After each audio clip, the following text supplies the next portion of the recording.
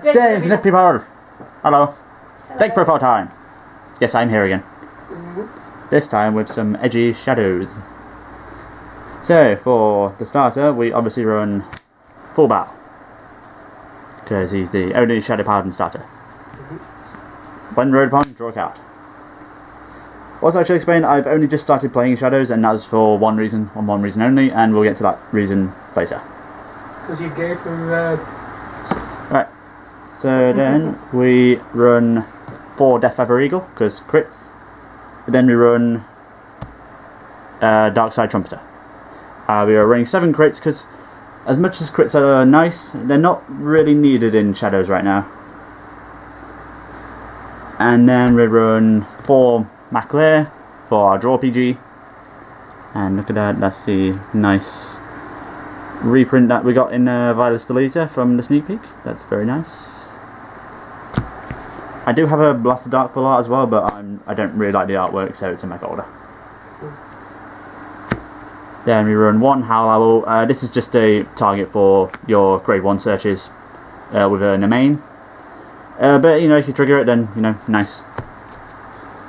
And then obviously we run our 4 heals, because you know. Why wouldn't you, right? I love the artwork, and heals are good. Staying alive is good. Stay alive, people. For our grade 1s, we run 3 Charon. This is a unit from V-BT04, and I just use it for Maka in the grade 2s, and literally that's it. His skill is, when placed from an ability of your card, Soul Blast 1, counter charge 1, and it gains +3. It's not an actual counter charge engine if you combo it with Maka, but you know, gets you a free unit on the field. Happy days. Then we run pretty much the bread and butter of Shadows right now. The main. She's the one that searches out your 5k grade 1s, gets you a field for free, basically just gives you advantage. Because Shadows can generate a lot of advantage now. Yeah, they like a lot. Her skill, when you can rest her during the main phase, and call a unit with 5k power, so that can be a trigger unit or another grade 1 that we're using. But then you can't use that skill of any of the mains for the rest of the turn. So it's literally just a once per turn. Which is fair, because you know, just vomiting out a field for free would be kind of broken.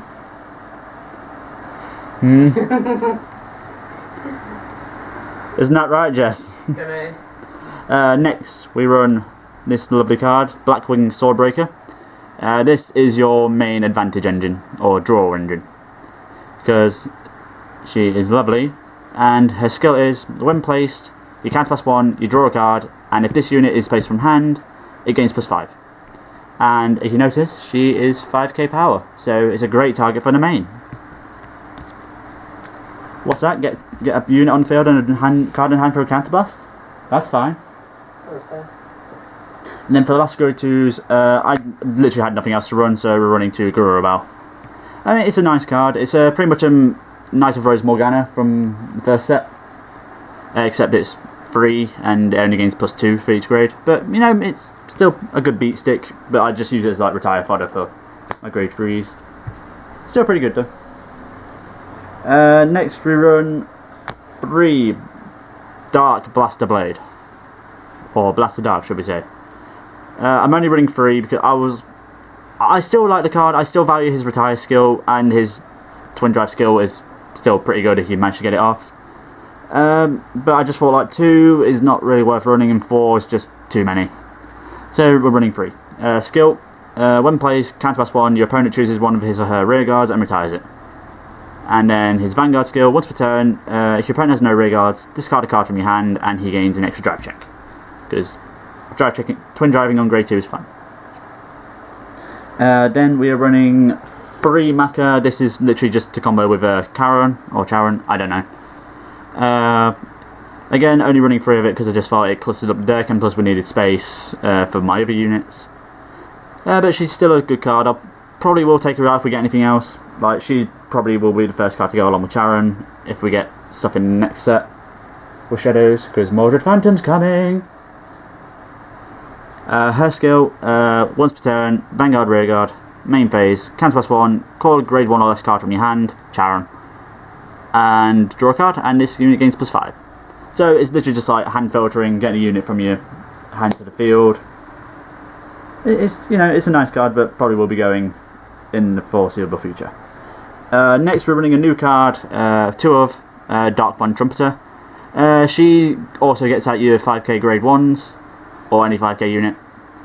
You know, which is nice, but the only reason I'm running her at 2 is because she calls it a rest, and then she has 9k power, which is not very good in a force deck, should we say.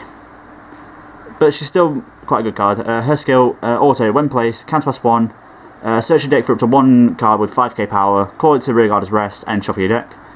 And then when your 5k rearguard is placed, this unit gains power +3k. So, like I said, like if you call like a main, and then you have another main on field, you use that skill to call that Swordbreaker, that's +6, so she becomes a 15k beat stick. Yeah, it's a nice card, but only running a 2 of. And then we're running possibly my favourite grade 2 of the deck, Cursed Lancer. This card has gotten so much better in V-BT04. So much better. His skill, you can't, I believe he was, there was a misprint, so yeah, this... misprinted. It says you can only put it onto an empty circle on the text when it means the opposite. Yeah. Idiots. Yeah, this is the misprint version, yeah.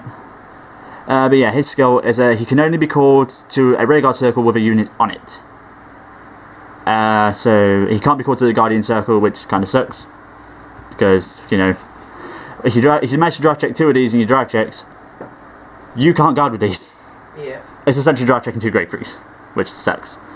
But his other skill, which is why he's so good, you Soul Blast 1, when placed, you Soul Blast 1, and then he gains 10,000 power until the end of turn, and you have no face-up damage, counter charge 1. Which, generating counterblast out of thin air is amazing. And plus he becomes a 20k beat stick, and a 30k beat stick on a force marker, which is good. On to the grade 3s! I'll save the big bad bosses for last. First off, we're running a tech of a Dustbuster Dragon. A lot of people are still running a Badabkar. Is it Badabkar? Badabkar. Yeah. But I don't really like him. He just feels like too RNG based. But I say that I'm running this. But this calls, instead of calling 1 unit, this calls you 2, but they are at rest. So it gives you retire fodder for your boss grade 3. But I don't know, I like him. Just a nice little tech. And he's not the worst right target in the world since he gets you 2 cards to the field, but, you know, I like him. Dustbuster Dragon, by the way. And he is only on place, so he can be. Okay, on to the big bad bosses of the deck. We run 4 Dustbuster Dragon. You know what he does. He's been retiring his own stuff to retire stuff for ages. And he's been expensive as all hell. So yeah, you know what he does. Count +1, retire 3 of your rear guards. Your opponent chooses 3 of his or her rear guards, retires them, and then he gains 15k in a crit. Which is good, because you first ride that on grade 3, and your opponent's on grade 2. That's gonna hurt. And then his second skill, which I hardly ever use, because RNG's a beep. You can Soul Blast 1, if your opponent has 4 or less cards in the damage zone and has no rear guards, you Soul Blast 1 grade 3 and deal them 1 damage. Which most of the time ends up in them damage checking a trigger, which is not fun. And then we move on to the final card, and the legit only reason I built the deck, Dustbuster Dragon. The minute this card was revealed, I fell in love with Shadows. This card just, I like it a lot. Just the fact that you can take your opponent, like, you can damage deny your opponent on 3 damage is ridiculous, and then just kill them if they can't guard it. Yeah, so Dustbuster skill is when it attacks, you counter +1, retire 2 rear guards, so it's already better than Phantom Blaster, because you can kind of just store your opponent out more, instead of just like blasting all your resources on Phantom Blaster. It's just better in the protect matchup, but you know, yeah. Yeah, so counter +1, retire 2 rear guards, you draw a card, your opponent chooses 1 of his or her rear guards and retires it, and this unit gains +10 until the end of turn. Which doesn't sound good, well, it does sound pretty good, but because it draws you a card, you know. And then his second skill, which this is the reason why I fell in love with this card, whenever your rear guard is retired, he gains a crit. And since you're already retiring 2, That's free. That's 2 crits, 2 additional crits. That's 3 damage. Nice. And literally, this is probably like the ultimate damage denial card. It's just so good. And like, it is like, I've literally won a game where they've been at 2 damage and I've just sacked them for crits. Like, I think I got up to about 10 crits at one point. And just killed him. Was it that Japanese channel? They had like a 30 Yeah, or something? yeah, like, yeah. It was against It him. went off the wheel. Yeah, it was. Yeah, it just went full circle. Yeah. That was great. Literally just called it down his whole hands like retire, retire, retire, retire. That channel's great. Yeah, they do. They're a really insane channel. They've released Overlord vs Messianic, I think now. Oh really? It's On like it. watching the anime. Yeah, like the voice acting. The voice acting is spot on. I think. Yeah, it's great. Like they did one with Brant versus Overlord. And literally the guy playing Brand, his voice. Oh my god, it's so evil. Is it? Like picture Takuto. Oh, it's just like it's so good. But yeah, this card I absolutely love, and that's the Shadow deck. Let me know what you think of the deck in the comments. Tell me how bad I am at deck building, and hopefully we'll be showing you a few games soon of the mermaid kind. Okay, bye bye internet people. Sci-fi rambled. Bye bye. Kamui here. Thanks for watching Draw the Trigger. Here's another video you might enjoy.